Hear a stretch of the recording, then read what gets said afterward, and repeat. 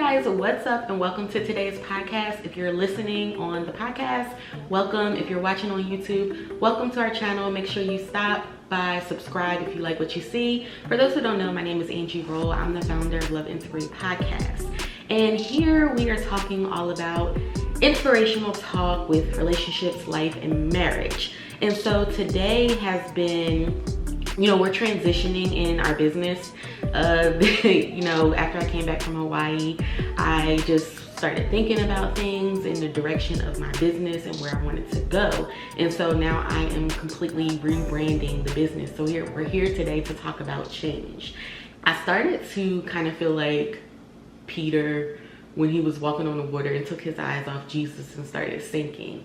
And so that was me and my business. I was focusing on what everyone else was telling me to do. I was focusing on what everyone else was doing as far as, listening to business coaches telling me you need to package all of your content into courses, or you need to do this, or you need to do that. And I was doing it, but I was taking my eyes off what I really set out to do when I started Love Inspiry, and that was to write my books.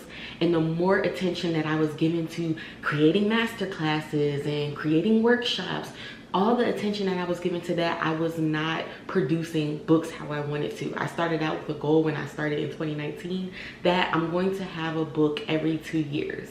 And my last book was 2019, and here it is about to be 3 years, June 22nd, since my last book, and I have not produced another book. And so it really bothered me because I felt like I wasn't living in my purpose and I wasn't doing what I truly wanted to do. And all that is about to change. Of course, I love working with couples. I love talking to couples. So of course that's still going to be a part of, my life to some extent, but it's not going to be what I do mainly. I'm going to strictly 110% just be an author and do my podcast because I love talking to you guys. So that's what we're doing over here. So if you see some reconstruction, my website will no longer be www.loveinspiry.com. I am not going to share what it's going to be yet, but it's not going to be that anymore. So if you try to go there and hit any links in my old videos, it's not going to come up because it's not there anymore. We are no longer Love Inspiry LLC. As it's saying. So over the course of the next few months, we're going to be rebranding, and a lot of that has to do with change, right? We have to understand and recognize that there is a need for change. And I want to talk about the things that we go through when we're transitioning and trying to understand change. And that first thing is, you start out knowing that you need to change, right? You start out knowing that what you are doing is not working anymore. It's not working out for you. And you have to make a decision to change or to not change. And what tends to happen in this phase for us is resistance, right? We resist what is I don't want to change. I don't want to leave this relationship because I'm comfortable in this relationship. I don't want to leave this relationship because, I don't know what's waiting for me out on the other end. And I think when we are in that resistance phase, we are in the fear of making wrong decisions. And when we're in a fear of making wrong decisions, what tends to happen is we have self-doubt. And as a Christian, I always struggle with self-doubt because I'm a firm believer in God is in control of everything. He knows what we're going to do before we need to do it. So why do we have self-doubt? Why do I have self-doubt with decisions when I know who I need to call on to guide me and protect my decisions and ask for discernment and things? And so sometimes I get discouraged with myself and frustrated with myself as a Christian because I feel like I am just failing in general with this idea of self-doubt. And I know God did not give us the spirit of fear. That's in the Bible. And so sometimes when we think these things, we automatically think like, okay, some people call it the enemy, I call it the devil attacking us and attacking our mind in our most fragile, because it's the most fragile state. And so we end up starting to think things and starting to question things and all of that sort. So when you have when you're in that resistance stage of, do I leave this relationship? Do I stay in this relationship? Do I make this change in my career? Do I not make this change in my career? That's your fear of making the wrong decision, which comes from self-doubt. And when you have self-doubt, it's more so about you and where you are turning to. What type of people are you surrounding yourself to? Are you going back to the throne? Are you going back to the beginning and talking to the Lord and asking for discernment? Because if you ask for discernment, there's no need for self-doubt, because you know that he controls all of he controls our life. He knows what's going to happen before it even happens. So after you get out of like that resistance stage, or, you know, not actually how do you get out of it, but when you come to that terms of, okay, I know I need to make this change. Now you make a plan for this change, right? You say, okay, whatever is happening or whatever needs to happen is about to happen, and you start to make a plan for change. So then what happens when you make this plan for change is obstacles. And we all know obstacles are, you know, and I kind of had this conversation with my husband the other day, because I'm a planner. So I'm always like 8 steps ahead of the game. I'm always 8 steps ahead of, you know, like where I need to be in life, instead of just living in the moment and embracing the moment. I'm always a step ahead, and it's kind of a gift and a curse in the same, in a sense. For those that are like that, you know that it can be a gift and a curse. And so you in this decision, you're making this plan, and a lot of us don't look at the obstacles that come up. So when the obstacles do come up, we get flustered, we get frustrated, we start to think that this is not going to work, and this brings you into the fear of the unknown. You don't know what's going to happen. And so that's why it's so crucial that when you're making a decision, that you look at the obstacles. Okay, if you're getting a new job, what are the obstacles? Okay, you may not get paid for 2 weeks, or whatever the case may be. Or if you're leaving this relationship, you know that you may have to financially support yourself in a way that you weren't supporting yourself before. So there's all these different things and all these different, you know, situations that happen when you are taking an action plan to make this change. Like, you're really putting it into actions. You have these obstacles, and sometimes these obstacles that come up will cause us to divert back to what we have known all of our life, or for that course, or whatever the case may be. And that's why we can never actually change, because the obstacles that come into our life just kind of set us on fire, and it kind of almost sets us back, when really we have to push through that. You have to knock down the fear of the unknown. And I think when I'm looking at the fear of unknown and, you know, doing this, I think of old wounds, right? Sometimes we tend to put another situation with this situation when they have nothing to do with each other. Well, like, and then what I mean by that is, well, this happened the last time, so it's going to happen this time. And that's not the case. That's an old wound.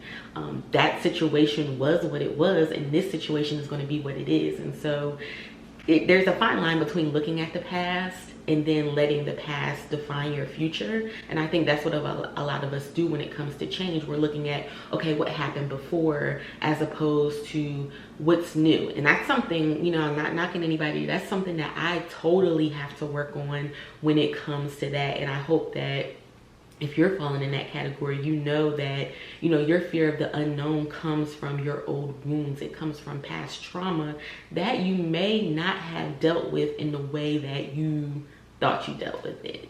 So that's that. So then when you come to that stage, it's the actual, you know, you make the plan, you're in it, you're looking at the obstacles, you're going to decide, all right, how am I going to handle these obstacles? Implementation happens. And in this stage is where you kind of, you're figuring it out on your own. Implementation, right? You're starting to do things.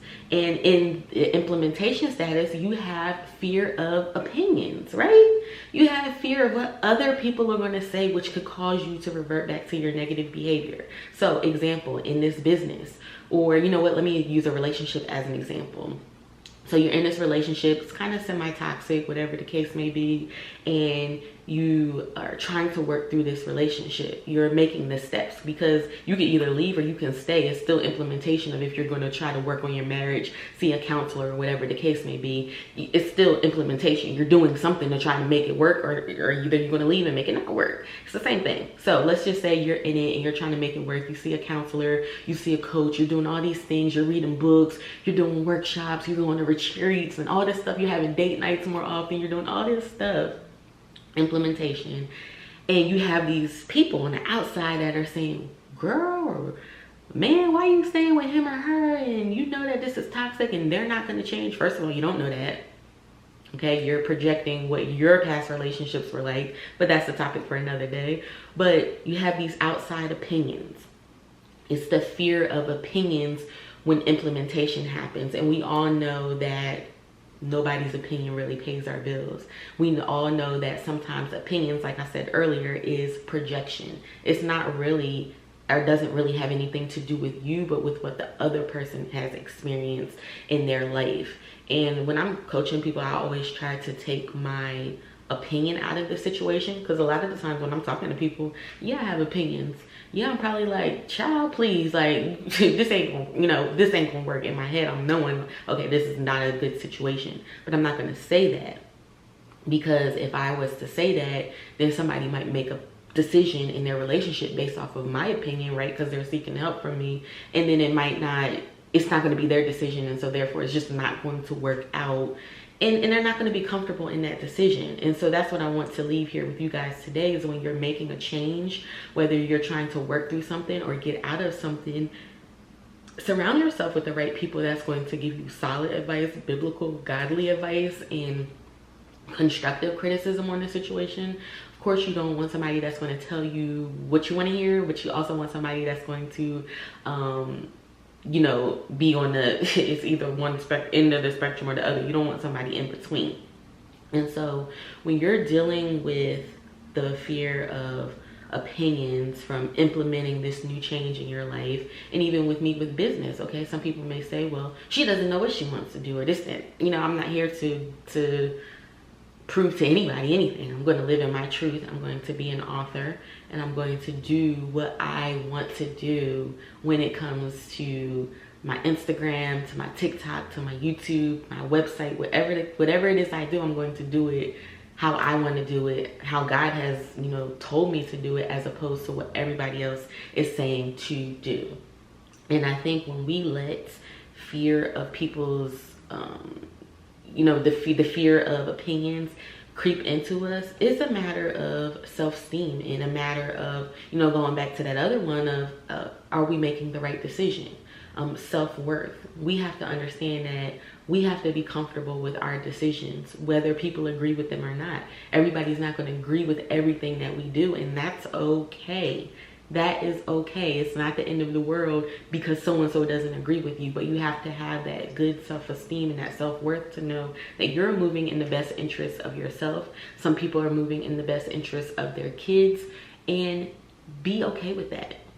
And so those are some of the stages that we go through when we're dealing with change: the resistance stage, the obstacles stage, and then the negativity. And then of course you come out on the end where either you're going to go back to that thing that wasn't helping you grow, or you're gonna grow from this experience, and then you'll be able to take this experience and this change and apply it to everything else that's happening in your life. It's going to be either or. Which one do you want it to be? Do you want to go back into that, or do you want to move forward and use all of this as a you know, stepping stone, or to something else? And so with all that being said, I talked about that, and hopefully you can identify where you fall so you know what you need to work on. Like if you have an issue with, should I make this decision? Should I change or not? Okay, you probably are in the resistance stage where you fear making the wrong decision, which could come from self-doubt. Okay, so now you need to understand that self-doubt has nothing to do necessarily, well, it has something to do with you, but your self-doubt is the spirit of the devil, because you know as a Christian that all of your help comes from the Lord, and you know where to go to ask for discernment in situations. And so use what I told you as to identify what's happening in your life and how you can overcome that. And so I wanted to share 5 tips on how to manage change, how I've been managing change with everything that's going on, the fear, the opinions, you know, just anything that I'm feeling internally, changing, rebranding, all this stuff, what I'm going through. And you can apply this to your regular life as well. So the first thing that I want to talk to you about when it's, you know, when you're trying to manage change, is to not focus on what people will think about your decision, and don't feel that you have to explain yourself to everybody. I'm on a podcast doing this, right, because I'm trying to inspire and help somebody else. So that's why I'm explaining myself. But I have not explained myself to family members, or, you know, I talk to my husband because that's my husband, that's my partner in crime. You know, I'm going to talk to him about everything. And some, you know, certain friends that I run things by too, but just, it's more so to bounce stuff off and just have somebody that is there for you, that loves you, that's going to encourage you and support you in your decision. So that's the main thing, is to focus on what you want to do, and of course, you know, talk to the Lord as well. The second thing that I want to share with you is to create a vision. Don't walk into your situation blind. Take your time doing whatever it is that you're doing, and don't rush the process. It's kind of twofold. So create a plan. You know, I am in a stage now where I have to get some headshots done, right? Because I'm getting ready to change everything. So I'm taking my time in doing this because I don't want to rush the process. I'm taking my time in getting my website together because I don't want to rush the process. But in the meantime, I'm still going to do my podcast. I'm still going to, you know, let people know that, you know, still have a social media presence to let people know that I still care about inspiration and what it is that I'm doing. But take your time. There's no time frame. And like I said, I don't know when my website is going to be back up. I don't know, you know, I'm planning on taking my headshots in July. I don't know when anything is going to happen. I don't have the answers right now, but I'm taking my time. So when it happens, it's going to be exactly how it's meant to be. I'm not going to rush anything. And so that's why I just decided, all right, don't take this long break, still jump back into your podcast. And so people, you know, hey, you're still serious about this. But like I said, don't rush the process. Also, this is something that we don't do, and I have ignored, and we hear it all the time, is to celebrate the small wins. What celebration will do is keep you motivated.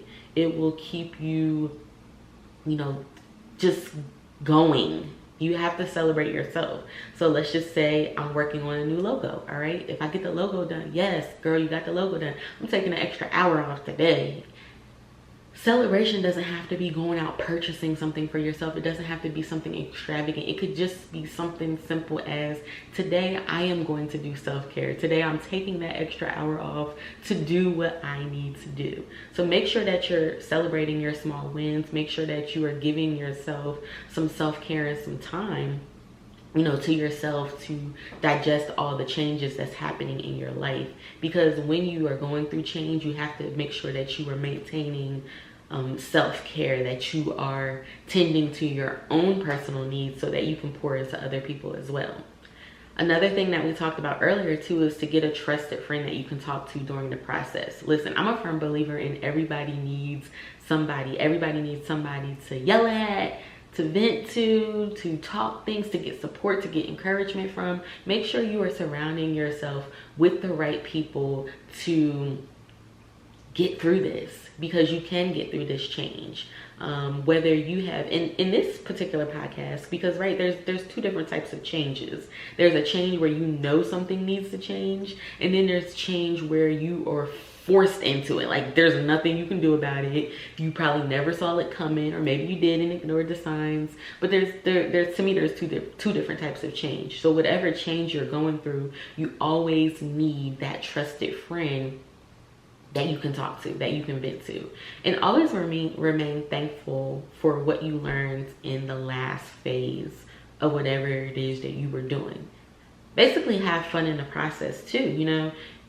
I think a lot of the times when we're going through things, and I struggle with this too. If I'm struggling with something right now, or if I'm going through a trial or tribulation, I don't remember in the time all those trials and tribulations God got me over in the last go round. It's like none of it existed anymore, because this one tribulation that I'm going through right now has just completely shattered my world. And so that's what I want to leave with you today, is to always remember where God has brought you from, and always remember to be thankful. Always remember to take these learning curves and these experiences that you're going through into the next phase of your life, because I promise you one thing, they will help you in the next phase. Because guess what? Change is going to keep happening over and over again. So if you can get through this particular change that you need to make, or that you just been thrown into, it's going to help you with future changes, because you're going to remember God brought me through this particular thing and he's going to get me through the next thing. It may not be in my fashionable time or when I want it to happen, but it's going to happen because that's the promise. So those are the tips that I wanted to share with you regarding change today. For me, when I think of change, you know, and what I'm going through in my business, you know, the moral of the story for me was just to stay in your lane. Always stay in your lane. You don't have to do what everybody else is doing or what other people are telling you to do. If God did not tell you to package your content into courses or anything, then don't do that. If God did not tell you to leave the relationship, but you had a coach tell you you need to leave the relationship, you don't do that.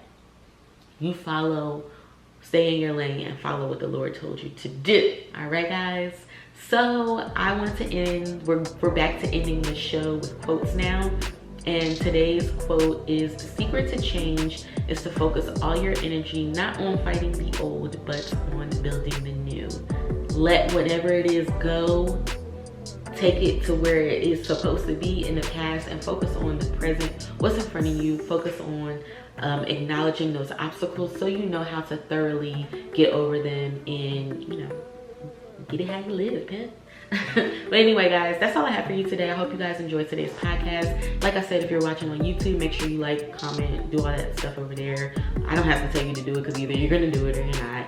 And if you are listening on a podcast, make sure you share this podcast with somebody that needs to hear it. Leave us a review. We would love to hear from you, what you think of the show.